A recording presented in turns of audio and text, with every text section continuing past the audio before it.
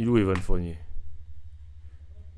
C'était quand qu'il a dit c'est Evan Fournier, par moment on se trompe, voilà, c'est ça. Ok, l'article d'Evan Fournier, ok, qui dit Evan Fournier, par moment on se trompe dans la façon dont on veut jouer. La meilleure défense reste l'attaque. Alors, Evan Fournier, ça c'était après la défaite face au Canada, pas au Canada. Je suis en train de prédire la défaite en avance. C'est pas, c'est pas après la défaite face au Canada, c'est la défaite après l'Allemagne, face à l'Allemagne, ok. Alors, en- Evan, en plus de la défaite, le contenu était inquiétant. Est-ce une déception? Oui, bien sûr que c'est une déception. Qu'est-ce qui vous a manqué? Pas mal de choses. De l'exécution, de la lucidité dans le jeu, sur ce qu'on veut faire. Je trouve qu'on se trompe ce soir. Les Allemands ont été meilleurs, même défensivement. On permet à leurs deux meilleurs joueurs de jouer. Ce n'est pas possible. Au manque de repères. À quel point est-il difficile d'arrêter une équipe comme l'Allemagne? Quand tu les joues mal, c'est très dur. Forcément, tu ne peux pas laisser les deux meilleurs joueurs mettre la moitié des points. C'est impossible. Nous, quand on joue, ne laisse pas nos meilleurs joueurs s'exprimer. Ben, c'est normal, nos meilleurs joueurs, ils sont nuls. Il est bête ou quoi? À part Wemby, nos meilleurs joueurs, ils savent pas créer. Eh, Frank Wagner et Dennis Schroeder, frère, s'ils viennent de notre équipe, c'est nos deux meilleurs joueurs, hein. Donc, je sais pas, hein, c'est normal à bout d'un moment que nos meilleurs joueurs ils soient pas aussi bons qu'eux, hein. Franchement, je pense que si Dennis Schroeder est en équipe de France, il nous sert plus que Wemby, hein. Honnêtement, les gars. Ils ont vraiment été meilleurs sur l'exécution, ils ont imposé leur style de jeu, ce qu'ils voulaient faire sur nous. Et l'Allemagne, c'est une équipe qui a l'habitude de gagner, hein. C'est pas une équipe qui fait que de perdre comme nous. Pourtant, votre début du match avait été cohérent. Oui, c'est vrai. Que s'est-il passé ensuite à partir du moment où vous êtes entré dans les rotations? Je ne sais pas. Gerchen Yabouzélé a dit que vous n'étiez pas prêt. C'est son avis. Purée, il est énervé. Il est énervé. Ah, il est énervé, Fournier, hein. Ah là là, il est énervé. Comment expliquez-vous que vous n'arrivez pas à montrer quelque chose de plus consistant sur la durée? Parce que je manque. Parce que je manque au manque de. Bon, déjà, il y a une erreur dans l'article. Bibasket, quand même, faites un effort, ok? Vous êtes un média professionnel quand même. Parce que je manque qu'on manque de repères. Non, parce que je trouve qu'on manque de repères, ok? Si quelqu'un a le contact du mec de Bibasket, dites-lui qu'il avait une erreur dans son article. Il faut qu'on continue. Par moments, on se trompe dans la façon dont on veut jouer et on paye les pots cassés. De nos jours, la meilleure défense reste l'attaque. Ce n'est plus les jeux des années 90 ou 2000 où tu pouvais vraiment défendre demi-terrain. Ton attaque est primordiale sur le floor balance, sur la transition derrière, surtout contre une équipe aussi forte dans ce domaine comme l'Allemagne. Ok, qu'est-ce que vous pensez déjà de cette déclaration de Fournier? Pour moi, qui n'a pas de sens, ok. Mais déjà, je veux voir votre avis. Quel est votre avis sur cette déclaration de Fournier, les gars?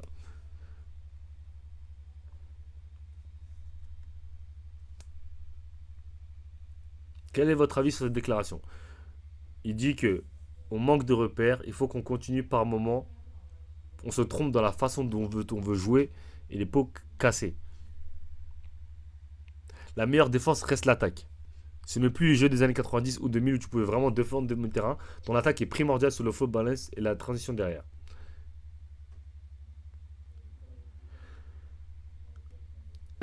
Moi, ce que j'ai envie de dire déjà, pourquoi je dis ce qu'il dit c'est de la merde, c'est que une bonne défense, ça n'a pas d'impact sur une bonne attaque. Tu peux avoir une très bonne défense et une très bonne attaque, hein. C'est pas parce que tu te concentres sur la défense que tu vas avoir une mauvaise attaque. Ok. Pourquoi l'équipe de France doit se concentrer sur la défense d'abord? Tout simplement parce qu'on n'a pas d'armes offensives déjà. À part Wemby, les gars, quelles sont nos armes offensives? Quand tu regardes le Canada jouer par exemple, vous avez vu la défense du Canada, les gars? Ils ont une défense de fou malade. Mais ça ne les empêche pas d'avoir une attaque de fou. Mais comment ça se fait qu'ils ont une attaque de fou? Ils ont Shea qui joue en NBA qui tourne à 30 points de moyenne. Ils ont Dylan Brooks qui tourne à 16 points de moyenne. Ils ont Andrew Nunbar qui tourne à 15-20 points de moyenne. Ils ont RJ Barrett qui tourne à 20 points de moyenne. Ils ont Kelly Olynyk qui est un très bon shooter extérieur. Donc ils ont des armes offensives. Mais dis-moi, nous, de notre équipe, à part Wemby, à part Yabuzele, dis-moi qui est une arme offensive en club. On peut aller un par un dans la liste des joueurs qui sont de notre équipe qui ne sont pas des joueurs offensifs. Donc c'est pas de la faute à coller que notre offense elle est nulle. Je suis désolé les gars, on peut blâmer tout ce qu'on veut, mais c'est pas de la faute à coller que l'équipe, avec l'équipe qu'on a, c'est pas de sa faute que les joueurs, que notre attaque soit nulle, ok? Notre attaque elle est nulle parce que les joueurs que nous avons sont nuls en attaque. C'est aussi simple que ça les gars. Maintenant, Ce qu'on peut reprocher à Colley, c'est d'avoir fait une mauvaise sélection. Et ça, comme je le dis toujours, je suis 100% d'accord avec vous. On doit avoir Sylvain Francisco, on doit avoir Nadir Refi, on doit avoir Eli Okobo. Mais maintenant, quand on parle des joueurs qui sont présents, qui sont là sur le terrain, sur le parquet, qui peut créer du jeu offensif? Comme Schroeder, comme Frank Wagner. On n'a personne. On n'a personne. Donc c'est normal que notre attaque soit nulle. C'est normal que Colley veuille qu'on se focalise sur la défense d'abord pour récupérer des ballons et avoir des jeux rapides. Bilal Koulibaly, c'est pas un joueur offensif. Evan Fournier, c'est pas un joueur offensif. Ce n'est plus un joueur offensif. Je suis désolé les gars, ce n'est plus un joueur offensif, Evan Fournier. Andrew Albissi, c'est pas un joueur offensif. Franck Etikla, c'est pas un joueur offensif. Cordinier, c'est un bon joueur offensif, mais c'est pas un super créateur. Mais c'est un bon joueur offensif quand même, on peut dire. Mais c'est pas un super créateur. Donc on n'a pas de créateur sur les lignes arrière. Et dites-moi encore une équipe dans la compétition qui n'a pas de créateur sur les lignes arrière. Il n'y en a pas. Donc on ne peut pas être bon en attaque, les gars. Je suis désolé, on ne peut pas être bon en attaque. On ne peut pas. On ne peut pas être bon en attaque. On ne peut pas être bon en attaque. Donc dire qu'il ne faut pas qu'on... La défense, c'est dans les années 90, je sais pas quoi, oui. En fait, si il y avait Sylvain Francisco, Nadir Refi dans l'équipe, Eli Okobo sur le terrain, et que tu dis que tu veux te focaliser sur la défense, là je comprends que bah il y a un problème quand même. Mais avoir une grosse défense, ça t'empêche pas d'avoir une super attaque. Tu mets essais, ils ont une bonne attaque, ils ont une bonne défense. Canada, ils ont une bonne attaque, ils ont une bonne défense. Ça n'empêche pas d'avoir une bonne défense et une bonne attaque. Donc ce qu'il dit, pour moi, ça n'a pas de sens. Et pourquoi il dit ça? Parce que lui, c'est un plot en défense. C'est un plot. C'est pour ça qu'il dit ça. Et le match où il a eu des ballons, il a fait 5 sur 18 au tir. Donc de quoi il se plaint, Fournier? Il est mal placé pour se plaindre. Parce qu'avec n'importe quel autre coach, je suis désolé, mais il y a n'importe quel autre coach prend Eli Okobo ou Nadir Refi à la place de Evan Fournier. Ça fait 3 ans qu'il n'a pas joué à NBA. Il est watch, il est fatigué, il peut plus défendre. Je suis désolé, il a déjà de base, il a rien à faire dans l'équipe. Donc comment ça se fait qu'il crache sur Vincent Collet et en plus publiquement, les gars? En fait, là, il remet toute la philosophie de Vincent Collet en cause. Et je suis désolé, il a tort. Vous avez beau me dire ce qu'il veut, il a tort. Il a tort. Ok? Il a tort. Voilà. On fera un meilleur match à Paris. Est-ce juste une question de stratégie ou est-ce que la France ne dispose plus les joueurs nécessaires pour s'exprimer à ce niveau? On verra. Mais non, il n'y a rien à voir, on a déjà tout vu. On a déjà tout vu. Bah oui, Erwin l'a exactement dit. Nos armes sont offensives, sont soit à la maison, soit arrivées en NBA. Bah oui. Bah oui. On fera. Merde. Vous risquez d'affronter le Canada en quart de finale. Si c'est eux, ok. Vous y croyez encore en vue du quart de finale? C'est une question bête déjà, il va pas dire non. Bah oui les gars, vous êtes sérieux là? On a perdu un match, ça a fait mal au cul, mais ce sera à Paris. Et on va faire un meilleur match. C'est clair qu'on ne sera pas les favoris, on ne va pas se mentir, le Canada est une très grosse équipe, mais il y a des choses à faire. Nous sommes armés pour faire de belles choses. Il faut qu'on les fasse. Je suis désolé, vous n'êtes pas armés pour faire de belles choses. One Melchior de Cole. 4 jours, ça suffit pour trouver la clé? Oui, bien sûr. Bon, maintenant, on va regarder la vidéo de Vincent Collet après, qui réagit aux déclarations de Evan Fournier dans la presse.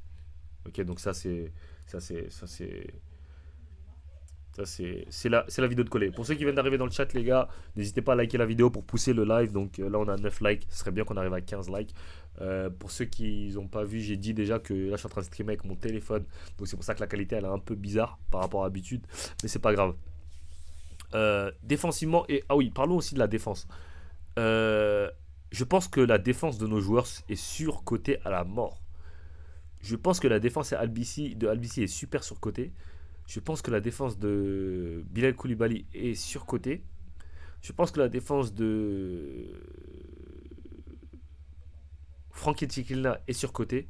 Bilal Koulibaly, comme je l'ai dit, en fait, elle n'est pas surcotée, mais il n'a pas assez de minutes. Donc c'est dur pour avoir, de l'impact sur si peu de minutes. Donc je retire ce que j'ai dit. La défense de Bilal Koulibaly n'est pas surcotée, mais il n'a pas assez de minutes tout simplement. Ok. Bilal il mérite plus de temps de jeu, c'est sûr. La défense de Batum est surcotée, ok. Il a plus les cannes qu'il avait à 20 ans, ok. Donc et franchement, je veux dire la vérité, sur ce tournoi, Wemby, je le trouve pas si fort que ça en défense. Hein. Je sais pas si vous êtes du même avis, mais moi je suis un peu déçu des JO de Wemby, franchement. Après, je vais dire, c'est dur quand t'as pas de meneur créateur qui peut te faciliter le jeu. Mais honnêtement, je suis déçu des JO de Wemby jusqu'à maintenant. Honnêtement, j'attendais plus. J'attendais à ce qu'il pèse plus sur le jeu. Schroeder, je trouve il avait aucun. Genre, Schroeder et Wagner, ils avaient aucun mal à rentrer dans la raquette et à limite monter, tu vois. Alors qu'au contraire, quand il était au NB, quand Wemby était en NBA, j'ai l'impression que les gars ils avaient un peu peur de drive. Mais là, cette peur, cette crainte de drive, je la trouve pas, tu vois. Après, c'est aussi du fait que on le met avec Gobert, on l'associe avec Gobert, et c'est dur de mettre Gobert et trucs ensemble. Donc, donc voilà, bon. Après, je vais pas tout remettre sur un jeune de 20 ans, tu vois. Mais bon, je pense qu'il pourra avoir un meilleur impact dans le jeu, ok. Bon, ah, il donne pas de coups, il est pas assez dur. Voilà, c'est ça. Et je pense que surtout, les équipes adverses l'ont compris. Donc, je sais pas si vous voyez, mais il bouscule beaucoup Wemby. Et Wemby, il subit beaucoup. Donc c'est compliqué un peu pour lui. Mais bon, je m'en fais pas pour lui, comme je dis, il a 20 ans, les gars, c'est calme. Mais bon, voilà, on va voir la réaction de Vincent Collet face à cette prise de parole de Evan Fournier. Il a le droit de le penser, pas le droit de le dire en public, voilà, pas quand on est dans une compétition de cette importance-là et qu'on prétend faire partie d'une équipe. Il a raison. Sur ce point-là, il a raison. Libre à Fournier de le penser, que la philosophie de jeu est dépassée, mais il peut pas le dire en public. Tout simplement parce qu'on est une équipe, on est en pleine compétition et faut garder le groupe soudé. Et franchement, si tu as quelque chose à dire, bah, tu vas le dire au coach directement. T'as pas besoin de le dire dans la presse, tu vois. Bah oui, Doncic à 20 ans est meilleur que Wemby, bah oui. Mais après, Doncic, c'est différent, les gars. C'est un meneur de jeu, Doncic. À 20 ans, pour moi, il est meilleur, oui. Parce que déjà, à 18 ans, il est meilleur, il gagne l'Euroleague. Mais c'est surtout Doncic, c'est un meneur de jeu. C'est un gars qui crée le jeu, qui prend des rebonds, qui est agressif, qui va attirer l'attention, qui va trouver ses coéquipiers, qui va scorer. Doncic, il savait tout faire à 20 ans. Donc, moi, qui a été un des mecs qui, euh, qui doutait de sa capacité à s'imposer en NBA dû à ses qualités athlétiques, et ben, il m'a complètement prouvé, prouvé le contraire. Je suis d'accord avec toi que tu peux perdre le respect envers ton coach, ok. Mais ça n'empêche pas que tu dois pas le dire en public, les gars. C'est un exemple simple, ok. Je te donne un exemple simple. T'as un embrouille avec ton pote. Ok, t'as un embrouille avec ton pote, vous avez une petite embrouille. Par exemple, moi, les choses que je comprends pas, c'est que quand les gars ils ont des embrouilles ou des problèmes avec leurs potes, ils prennent leur téléphone, ils mettent une story sur Insta où ils vont expliquer l'embrouille. Non! Genre, t'as un embrouille avec ton pote, t'as le droit d'être en embrouille avec lui, mais va parler avec lui. Ça sert à quoi de prendre et de mettre tout ton business sur internet? Sachant que ça se trouve que tu vas te réconcilier avec ton pote, et ensuite tu vas passer pour un clown. Donc c'est pour ça que moi je comprends pas aller sur les réseaux pour s'exprimer. Tu vois, là c'est pareil. Tu vas dans le journal pour dire ton problème que un truc que tu penses. Dis-le après la compétition ou ou va le dire au coach. À quoi ça sert de le dire dans la presse en fait? À quoi ça sert? Ça sert à strictement à rien. Jabril, ah bah si. euh, On doit garder ça. Si tu viens d'arriver dans le live, il a dit en gros que il a dit qu'en gros, bah, la philosophie du jeu de Collet était claquée et qu'il devait changer sa façon de voir les choses. Déjà, merci les gars pour ceux qui viennent d'arriver dans le chat, 57 personnes. N'hésitez pas à liker et à rejoindre mon Discord qui est épinglé. Ok, on va continuer la vidéo. Voilà, qui viennent me le dire à moi est une chose, qu'ils s'épangent de cette façon-là n'est pas acceptable. Voilà. Faites revue, votre préparation de quart de finale, c'est un élément perturbateur, cette sortie. Bah, ce type de déclaration est toujours quelque chose qui pollue n'importe quelle équipe. Voilà. Tout ce qui attaque notre groupe et notre vie interne est forcément quelque chose de défavorable. Pas de défense, Sogan Djokovic a dit que les propos que j'avais tenus hier étaient inacceptables. C'était un shooter, mais est-ce que tu reviens aussi, tu as une discussion avec lui, qu'est-ce qu'il y avait derrière? Non, non, non, j'ai pas eu de discussion avec Vincent, mais ça m'attriste un peu de qu'il dit ça parce que c'était pas du tout le but. Le but pour moi, c'est qu'on avance, c'est qu'on gagne. Il fait exprès la Fournier.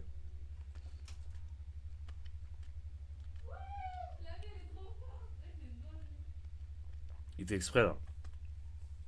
Il fait exprès de pas comprendre ce qu'il a fait, c'est pas bien. Il comprend pas que ce qu'il a fait, c'est pas bien. Il est sérieux. Mais non, je suis pas une personne qui. Je vais vous donner un exemple, ok. Je vais vous donner un exemple pour que vous compreniez mieux. Cette année, on était à un moment où on perdait beaucoup de matchs, ok. pour ceux qui ont suivi nos Days Off, on était à un moment où on perdait beaucoup de matchs. Mon coach que j'avais cette année, c'était sa première année de coaching en National 3.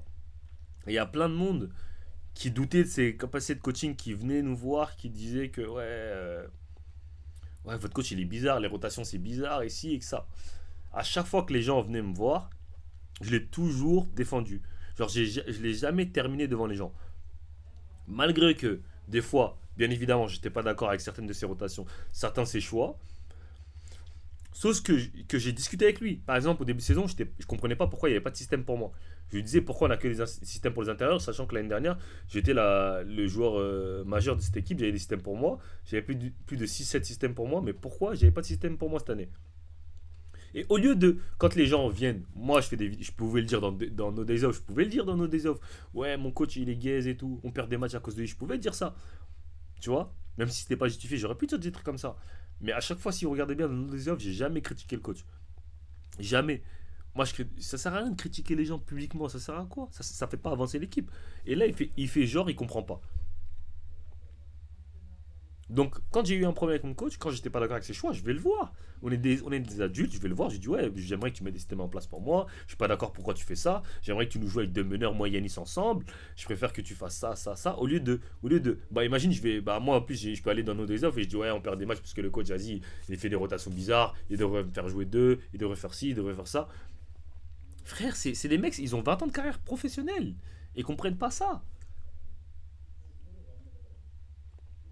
Je comprends pas. C'est des joueurs Qui pro. réagit à chaud et qui fait des déclarations dans la presse pour dire n'importe quoi. Ce que j'ai dit, je le pense. Notre attaque sur un match comme hier, elle n'est pas performante.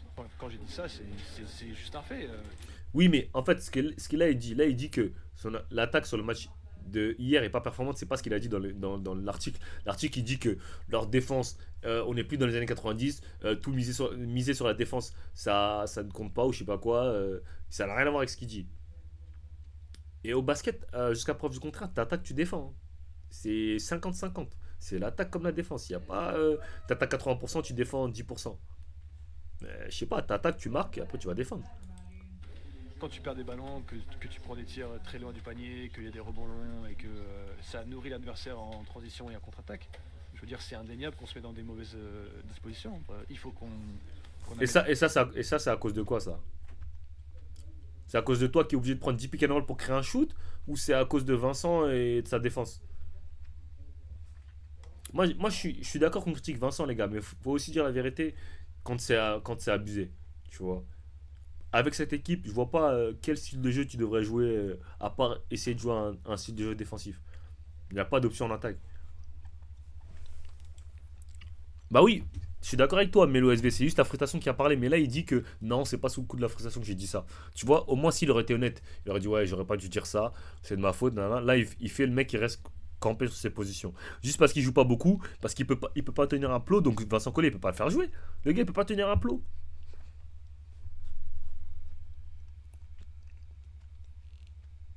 Mais la section de shoot, mais il peut pas créer son shoot. Je sais pas si vous vous rappelez d'une action. Il y a une action où Schroeder il l'attrape en 1 contre 1, genre.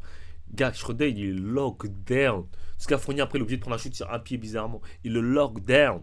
Genre lockdown pendant au moins 10 secondes. Il est là, il est en face de lui. Ah ah ah. Wesh. Mon gars, il n'y a pas de score, c'est tout. met dans notre attaque, ne pas se satisfaire de comment on joue offensivement maintenant et espérer une médaille. Voilà. Mais c'est nous aussi les joueurs, je le mets tous dedans. Ok, ouais. Et n'oublie pas, c'est à cause de toi que Sylvain Frasco n'est pas dans l'équipe. N'oublie pas, hein. Un mec qui tourne à 12 points en Euroleague. N'oublie pas. N'oublie pas que c'est de ta faute. Donc, Ok. Voilà. N'oublie pas, mon